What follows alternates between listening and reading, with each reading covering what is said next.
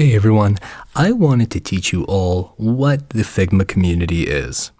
Now, the great part about the design community is we love to share files, we love to share what we're doing, and making those resources easily available to one another is a big part of the Figma community.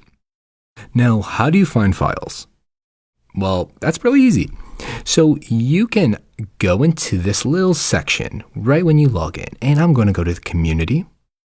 And here, you'll be able to find so many different things. You can just explore based off what is, the most recent, based off of what the award winners are. I mean, this is currently what I'm looking at, trending files. There are so many different things based off of different types of categories.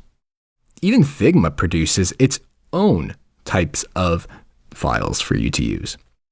This is where you're going to find plugins, files, and everything in between. Let's jump right in. So the reason why you would come here is because you would like to maybe reuse something. Now, the easiest way to do that is just to basically search.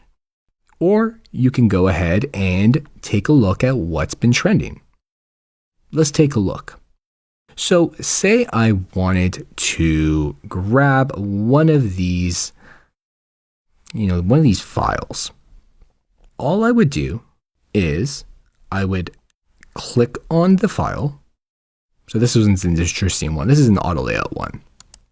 And then you'd be brought to its listing page or file page. Here you can take a look and move around with the file to see if it's something you'd like.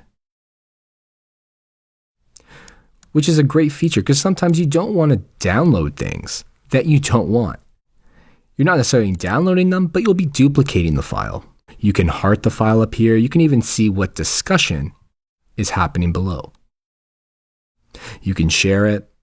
You can read more about it.